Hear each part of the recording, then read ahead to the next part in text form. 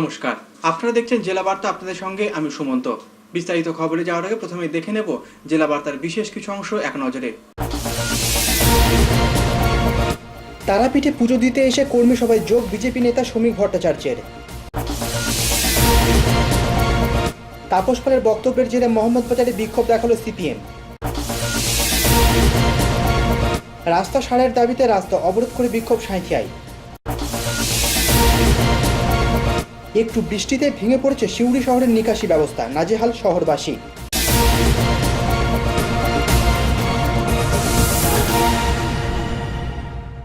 এবার জেলা বার্তা বিস্তারিত। তারাপীঠে পুজো দিতে এসে তারাপুরের কর্মী সম্মেলনে যোগ দেন বিজেপি নেতা শ্রমিক ভট্টাচার্য। তার উপস্থিতিতে এদিন অন্য দল ছেড়ে শখানেক মানুষ যোগ দিলেন বিজেপিতে। তৃণমূলের অত্যাচার ও প্রশাসনিক উদাসীনতায় রাজ্য তথা জেলায় তৈরি হয়েছে গৃহযুদ্ধের পরিবেশ। তারাপীঠে তারাপুরে দাঁড়িয়ে এমনই মন্তব্য করলেন বিজেপি নেতা শ্রমিক ভট্টাচার্য। শুক্রবার শ্রমিকবাবু তারাপীঠে পুজো দিয়ে যোগ দেন শাহাপুর অঞ্চলের তারাপুরে বিজেপির এক কর্মী সভায়। এদিনের ওই কর্মী সভায় সিপিএম ও কংগ্রেস ছেড়ে প্রায় শখানেক কর্মী যোগ দেয় বিজেপিতে। আগত সমর্থকদের হাতে দলীয় পতাকা তুলে দেন শ্রমিকবাবু। তার সঙ্গে ছিলেন বিজেপির জেলা সভাপতি দুধ কুমার মণ্ডল সহ দলের অন্য নেতারা। কর্মী সভা শেষে সাংবাদিকদের মুখোমুখি হয়ে শ্রমিকবাবু উদ্বেগ প্রকাশ করেন রাজ্যের বর্তমান রাজনৈতিক পরিস্থিতি নিয়ে। দেখুন, আমরা তো একটা আইনের শাসনে বিশ্বাস করি। পৃথিবীর বৃহত্তম গণতন্ত্রে এটা তো কোনো বিচ্ছিন্ন অঙ্গরাজ্য নয়, তো স্বাভাবিকভাবেই আমরা আইনের পদ্ধতিতে রাজনীতির যে নিজস্ব সংস্কৃতি আছে, রাজনীতির পথে একে আমরা মোকাবেলা করবার চেষ্টা করছি। কিন্তু দুঃখের বিষয়, এখানে আইনের শাসক নামক জিনিসটা এই বীরভূম জেলে অনুপস্থিত। এখানে যার বিরুদ্ধে ফেডারেশনের মামলা হওয়া উচিত, তার সঙ্গে একই মঞ্চে দাঁড়িয়ে মুখ্যমন্ত্রী বক্তৃতা করেন। যিনি নিজে ঘোষণা করে মঞ্চ থেকে 3 জন মানুষকে খুন করেছি, সেই খুনের মামলায় তার চার্জশিট হয় না, এবং সেখানে সরকারি আইনজীবী বলে যে সে খুন করেছে ঠিকই, 3টে খুন করেছে কথা সে নিজে স্বীকার করেছে, কিন্তু কাকে খুন করেছে বলেনি বলে, আর তার বিরুদ্ধে কোনো অভিযোগ নেই। এরা যে একজন সংখ্যালঘু 2 জন মহিলাকে সম্পূর্ণ বিভ্রস্ত করে তার 30 মিটারের মধ্যে তার বাবাকে পিটিয়ে খুন করে মারলেও সেখানে মূল যে অভিযুক্ত তার নামে কোনো এফআইআর দায়ের করা হয় না। এই জেলায় কেউ যদি মার খায়, বিরোধী রাজনৈতিক দল করতে গেলে মার খায়, হসপিটালে যায়, হসপিটালের গেটের সামনে শাসক দলের কর্মীরা দাঁড়িয়ে বলে যে আমাদের হসপিটালে তোদের চিকিৎসা হবে না। তো এগুলো তো কোনো সভ্য সমাজের ভাষা নয়, এগুলো মধ্যযুগীয় বর্বরতা চলেছে এই জেলা। আমরা তো ওই ভাষায় রাজনীতির এখানে করতে আসিনি, বোমা গুলি নিয়ে রাজনীতি করতে আসিনি। রাজনীতির নিজস্ব সংস্কৃতির, রাজনীতির নিজস্ব ভাষায় আমরা জবাবদিহি করছি। তবে আমাদের বিশ্বাস, এই অবস্থা দীর্ঘদিন এরকম থাকবে না, গণপ্রতিরোধ গড়ে উঠবে। প্রয়োজন হলে এখানে এখানে গৃহযুদ্ধের মতো পরিস্থিতি তৈরি হয়ে যাবে বীরভূম জেলায়। এবং বীরভূম জেলার রাজনীতি, যে ধরনের বক্তৃতা অনুব্রত এবং মনিরুল্লাহ শুরু করেছিল, তাদের ভাষায় আজকে তো সাংসদরাও কথা বলছে। বিভিন্ন সময় যারা আপনাদের কাছে যে ভোট চান, মমতা বন্দ্যোপাধ্যায় তো বলেছেন একটু সাবধানে কথাবার্তা বলতে, দেখে বলতে, সাংবাদিকরা না থাকলে বলতে বলেছেন, সাংবাদিকরা সামনে বলতে বারণ করেছেন, যে কোনো সময় রেকর্ডিং হয়ে যাচ্ছে। তাপস পাল ভুলেই গেছেন কোথায় বক্তৃতা করেছেন, কারণ তিনি তো ওই ভাষাতেই কথা বলেন। নির্বাচনের আগেও বলেছেন, নির্বাচনের সময়ও বলেছেন, নির্বাচনের পরেও বলেছেন। তো কবে এত বেশি ওই ভাষায় বক্তৃতা করেছেন, এত দিন দিয়েছেন, কবে বলেছেন মনে করতে পারেনি। আর ওই ভাষাটাই তাপস পাল যেটা বলেছে, এটা কোনো বিচ্ছিন্ন ভাষা নয়। ওই ভাষাতেই এখন বর্তমানে তৃণমূল কংগ্রেসের কর্মীরা বলছে, কারণ তৃণমূল কংগ্রেস তো আর সে তৃণমূল কংগ্রেস নেই।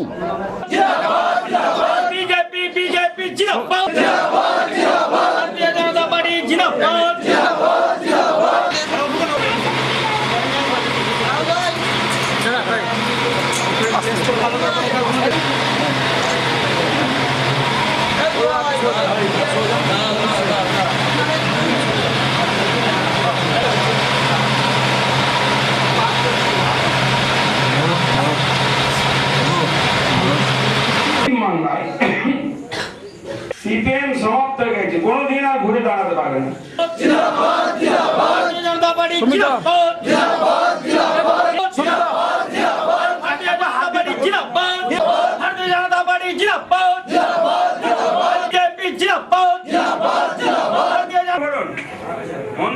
ভয় টিভি, তারাপীঠ।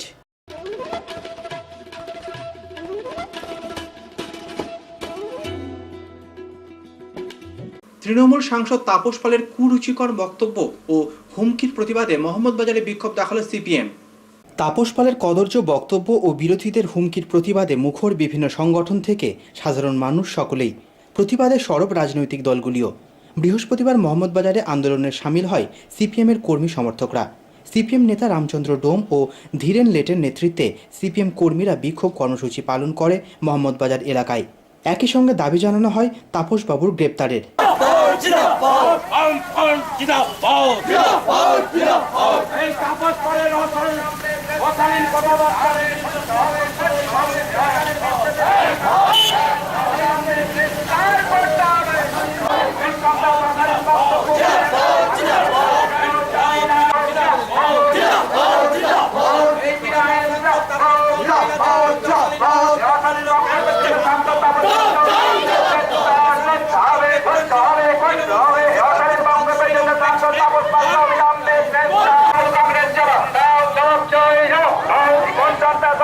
বক্তব্যের বিরুদ্ধে সর্বস্তরের মানুষ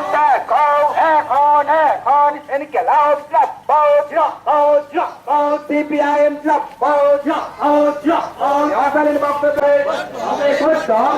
অশালীন মন্তব্যের জন্য সাংসদ তাপস পালকে অবিলম্বে গ্রেপ্তার করতে হবে।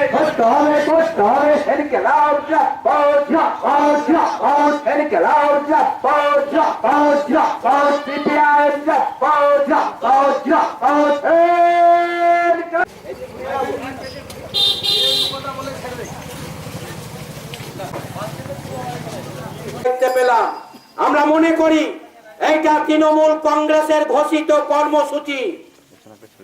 সন্ত্রস্ত করো, ধর্ষণে মদত দাও এবং খুন সন্ত্রাস করে ঘর ছাড়া করো। তৃণমূলের ছেলেকে তাপস পাল ঢুকিয়ে দেবে এবং সিপিএম এর মেয়েদের মহিলাদের রেপ করাবে এবং তার পকেটে রিভলভার আছে, সেই রিভলভার দিয়ে সে গুলি চালিয়ে সবাইকে শেষ করে দেবে। এই রকম আমাদের ভারতবর্ষে বিশেষ করে পশ্চিম বাংলার তৃণমূল কংগ্রেসের সাংসদ শ্রীযুক্ত তাপস পাল মহাশয় গত 14 জুন প্রকাশ্যভাবে নদিয়াতে এই কথা বলেছে। আমরা তাপস পালের বিরুদ্ধে কেন এফআইআর হবে না, কেন তার বিরুদ্ধে আইনগত ব্যবস্থা নেওয়া হবে না, কেন তাকে অবিলম্বে গ্রেপ্তার করা হবে না, এই দাবিতে গোটা পশ্চিম বাংলা ব্যাপী গণতান্ত্রিক মহিলা সমিতির পক্ষে গণতান্ত্রিক অন্যান্য যে দল আছে তারা সবাই, সেই সঙ্গে সঙ্গে বামপন্থীরা, আমাদের পার্টি এই দাবি আজকে সোচ্চার হয়েছে। ভয় টিভি, মোহাম্মদবাজার।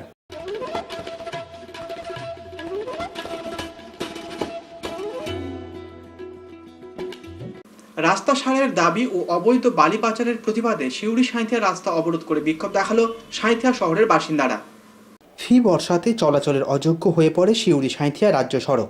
হামেশাই ঘটে থাকে দুর্ঘটনা। সবকিছু জেনেও চুপ পৌরসভা ও প্রশাসন। শুক্রবার রাস্তা সারাইয়ের দাবি ও অবৈধ বালি পাচারের প্রতিবাদে সাঁইথিয়ার 3 নম্বর ওয়ার্ডে সিউড়ি সাঁইথিয়া রাস্তা অবরোধ করে বিক্ষোভ দেখায় স্থানীয় বাসিন্দারা। বিক্ষোভকারীদের একজন জানান, পৌরসভাকে রাস্তা সারাইয়ের কথা বললে তারা দায় চাপায় পূর্ত দপ্তরের ওপর। কোনো পক্ষই কোনো ব্যবস্থা নিচ্ছে না। আপনি দেখতে পাচ্ছেন যে প্রচণ্ড বর্ষা হয়েছে, তার ফলে সাইডে আমরা খুব কষ্ট করে দিন কাটাই। বহুত দিন ধরে, বহুত বছরের পর বছর এই রাস্তা রিপেয়ারিং হয়নি। আমরা পৌরপিতাকে, পৌরসভাতেও গিয়েছি, ওনারা বলেছেন আমাদের এখতিয়ার নয়, এটা পিডব্লিউর এখতিয়ার। লোকাল থানাও কোনো রকম সাহায্য করে না। আমাদের ছেলে মেয়ে কষ্ট করে রাস্তাঘাটে যাওয়া আসা করে, বাচ্চাকে আমরা স্কুলে পাঠাই, আমাদের মনে কিন্তু সবসময় একটা ভয় থাকে। বছরের পর বছর এখানে অ্যাক্সিডেন্ট হতেই থাকছে। আমরা অনেক রকম আন্দোলন করেছি, কোনো রকম আর সাঁইথিয়াতে রাতের অন্ধকারে কিছু অসৎ বালি ব্যবসাদাররা রাতের অন্ধকার করে ওভারলোড করে বেআইনিভাবে রাতের পর রাত গাড়ি ওভারলোড করে লাইন বাই লাইন গাড়ি এখানে রাতের পর রাত বালি পাচার হয়।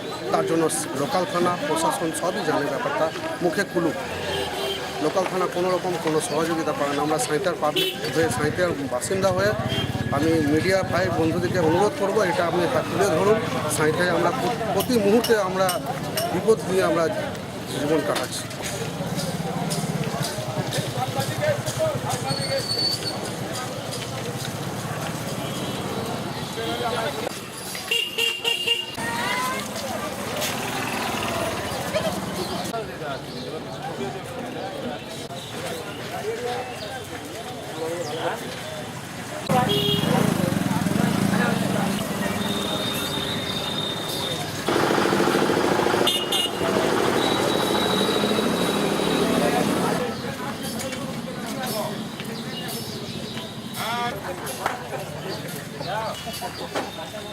ভয়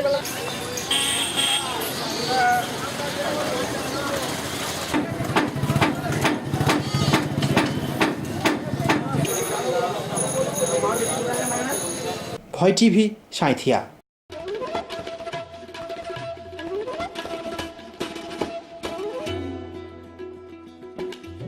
এখন সময় বিরতির, ফিরে আসছি বিরতির পর। সঙ্গে থাকুন ভয়ের সাথে নির্ভয়ে।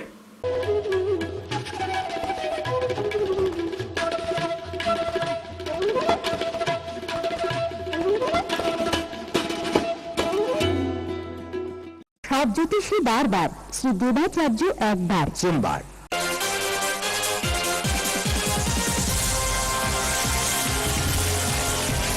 প্রতি ইংরাজি মাসের তৃতীয় রবিবার ও শেষ রবিবার বিকেল 4টে থেকে রাত 8টা পর্যন্ত।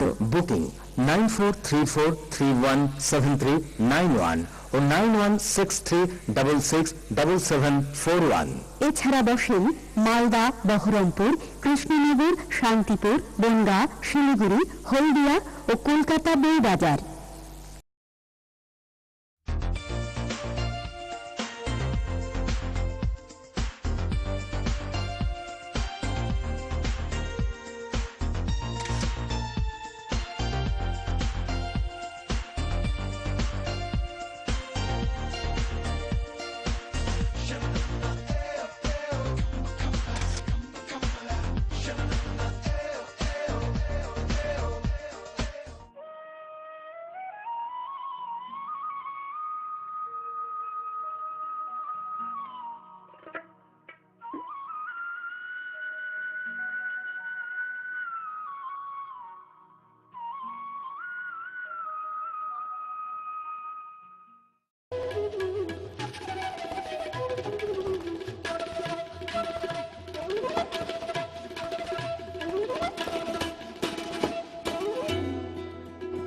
ফিরে এলাম বিরতির পর। কয়েক পশলা বৃষ্টিতে বেহাল শহরের নিকাশি ব্যবস্থা, রাস্তায় জল জমে নাকাল শহরবাসী। এবছর একটু দেরিতেই জেলায় প্রবেশ করেছে বর্ষা। সপ্তাহখানেক ধরে জেলা তথা শহরে বৃষ্টি হয়েছে মাত্র কয়েক পশলা, আর তাতেই চলাচলের অযোগ্য হয়ে পড়েছে সদর শহর সিউড়ির রাস্তাঘাট। নিকাশি ব্যবস্থার দুরাবস্থায় পায়ে পায়ে নরক যন্ত্রণা পোহাচ্ছেন শহরবাসী। সবকিছু জেনে শুনেও চুপ পৌরসভা প্রশাসন সকলেই।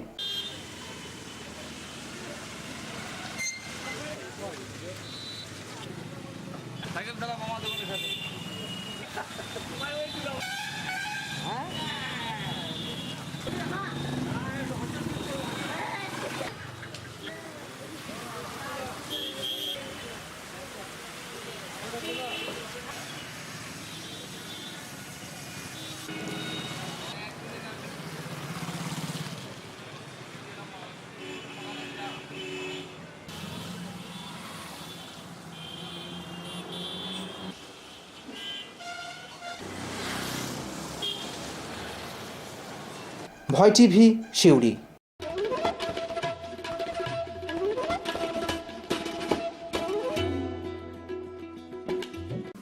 বর্তমানে ভোগ সর্বস্ব সমাজে ঈশ্বরের চিন্তা মলিন হয়ে পড়েছে, কিন্তু মানুষকে একদিন সেই পথ দেখতে হবে যেখানে ঈশ্বরের ছায়ায় শীতল হয়ে পড়বে আমাদের মন। বিবেকানন্দ হলো সেই শান্তির পথ খুঁজে দেওয়ার পথপ্রদর্শক। আজ স্বামীজির মহাপ্রস্থান দিবস। 1902 খ্রিস্টাব্দের আজকের দিনেই মাত্র 39 বছর বয়সে রামকৃষ্ণ লোকে তিনি পাড়ি দেন। আজ স্বামীজির প্রতি ভয় টিভির বিবেক প্রণাম। জন্মিলে মরিতে হবে, অমর কে কোথা কবে, চিরস্থির কবে নীর হায়রে জীবন নদে। মানুষের জীবন বহমান নদীর মতো। জীবন নদীর তরঙ্গে কেউ হারিয়ে যান, আবার কেউ হালকে শক্ত করে ধরে পৌঁছে যান লক্ষ্যে। ক্ষুদ্র চিন্তা চেতনাকে অতিক্রম করে পৌঁছে যান বৃহত্তর উদার মনোরাজ্যে। স্বামী বিবেকানন্দ হলেন সেই রূপ একজন মহামানব। 1902 খ্রিস্টাব্দে আজকের দিনেই যুব ধর্মের অগ্রদূত স্বামীজির মহাপ্রস্থান ঘটে। পিতা বিশ্বনাথ দত্ত ছিলেন সেকালের বিখ্যাত ব্যারিস্টার। নরেনের শিক্ষা জীবনের সূচনা হয় মেট্রোপলিটন ইনস্টিটিউশনে। এরপর প্রবেশিকা পরীক্ষায় প্রথম বিভাগে উত্তীর্ণ হয়ে ভর্তি হন প্রেসিডেন্সি কলেজে। পড়াশোনার পাশাপাশি শরীরচর্চা, খেলাধুলা, গীতি, বাদ্য, অভিনয়ে তিনি অত্যন্ত পারদর্শী ছিলেন। ঠাকুর রামকৃষ্ণদেবের সাক্ষাতে ও সংস্পর্শে এসে নরেনের জীবন পাল্টে যায়। শ্রীরামকৃষ্ণের পদাশ্রয়ে তাঁর গভীর আধ্যাত্মিক জ্ঞান লাভ করেন বিবেকানন্দ। 1893 খ্রিস্টাব্দে আমেরিকার শিকাগোয় মহাধর্ম সম্মেলনে বিশ্ববাসীর কাছে স্বামীজি তুলে ধরলেন সনাতন হিন্দু ধর্মের ঐতিহ্য। মন্ত্রমুগ্ধের মতো তার বাণী শ্রবণ করল সমগ্র শ্রোতাবৃন্দ। Then and then only all the crookedness of the heart is made straight, when all doubt ceases. He is no more the freak of a terrible law of causation. This is the very center, the very vital conception of Hinduism. The Hindu does not want to live upon words and theories. If there are existences beyond the ordinary sensuous existence, he wants to come face to face with them. If there is a soul in him which is not matter, if there is an all-merciful universal soul, he will go to him direct. বীর সন্ন্যাসী বিবেকানন্দ রামকৃষ্ণের কাছে ত্যাগ মন্ত্রে দীক্ষা নিয়ে নতুন রূপে ঈশ্বরকে উপলব্ধি করলেন। মানুষের ভেতর খুঁজে পেলেন ঈশ্বরকে। উদাত্ত কণ্ঠে ঘোষণা করলেন, বহুরূপে সম্মুখে তোমা ছাড়ি কোথা খুঁজিছ ঈশ্বর, জীবে প্রেম করে যেই জন সেই জন সেবিছে ঈশ্বর। বিবেকানন্দ বেদান্তের সমুদ্র মন্থন করে প্রচার করলেন বৈদান্তিক সাম্যবাদ। সমাজে প্রতিষ্ঠার সোপান করলেন সবার উপরে মানুষ সত্য, তাহার উপরে নাই, এই সত্যের মাধ্যমে। স্বামীজি ভারতবর্ষে এসে এমন সমাজের স্বপ্ন দেখেছিলেন যাতে ব্রাহ্মণ্য যুগের জ্ঞান, ক্ষত্রিয় সভ্যতা, বৈশ্যের সম্প্রসারণ, শক্তি এবং শূদ্রের সাম্যের আদর্শ মিলিত হয়ে এক মহামানবের পূর্ণ পীঠস্থানে পরিণত হয়। দুর্দশা তাঁকে ব্যথিত করেছিল, তবে তিনি আশা হারাননি। বলেছিলেন, ভারত আবার উঠবে, জ্বরের শক্তিতে নয়, চৈতন্যের শক্তিতে। অধঃপতিত ভারতবর্ষকে স্বমহিমায় প্রতিষ্ঠিত করতে স্বামীজি যুব শক্তির উপর বিশ্বাস স্থাপন করেছিলেন। বলেছিলেন, শুধু মানুষ চাই, শক্তিমান মানুষ। স্বামীজি উপলব্ধি করেছিলেন জাতির অনগ্রসরতার কারণে অশিক্ষা, অজ্ঞতা। শিক্ষার মধ্যেই তিনি দেখেছিলেন জাতির মুক্তির চাবিকাঠি। বিবেকানন্দ জাতির গৌরব, সেবা ধর্মের মূর্ত প্রতীক, যুব শক্তির কাছে মৃত সঞ্জীবনী মন্ত্র। তাই তো গুরুদেব রবীন্দ্রনাথ বলেছিলেন, if you want to know India, read Vivekananda. আজ স্বামীজির মহাপ্রস্থান দিবসে আমরা তাঁকে অন্তরের শ্রদ্ধার্ঘ্য জানাই।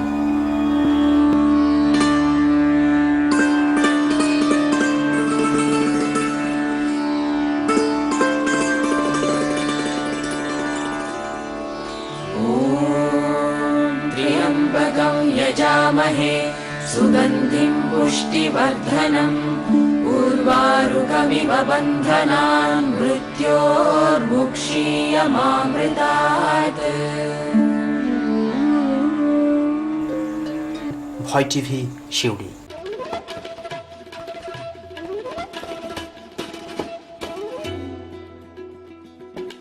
খবর শেষের আগে আসুন দেখে নি 4 জুলাইয়ের গুরুত্ব।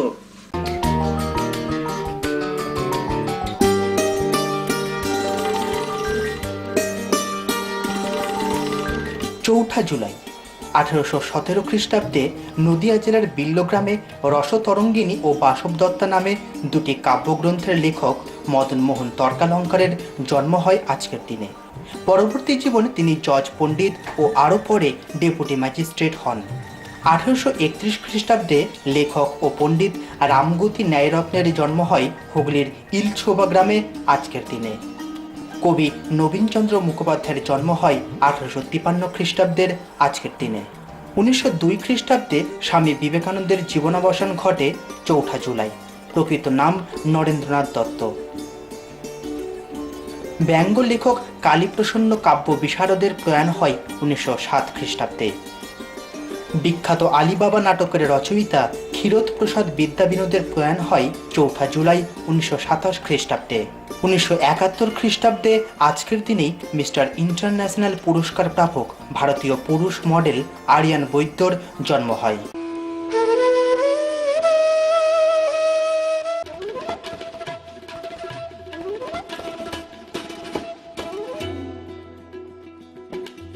জেলা বার্তা শেষ করার আগে দেখে নেব জেলা বার্তার বিশেষ কিছু অংশ আরও একবার।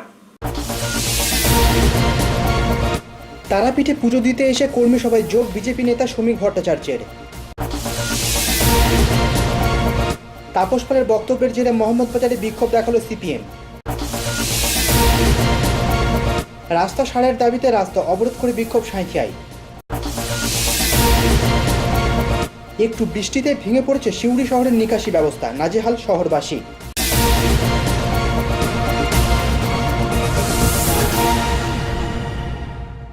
আজকের জেলা বার্তা এই পর্যন্তই। নমস্কার।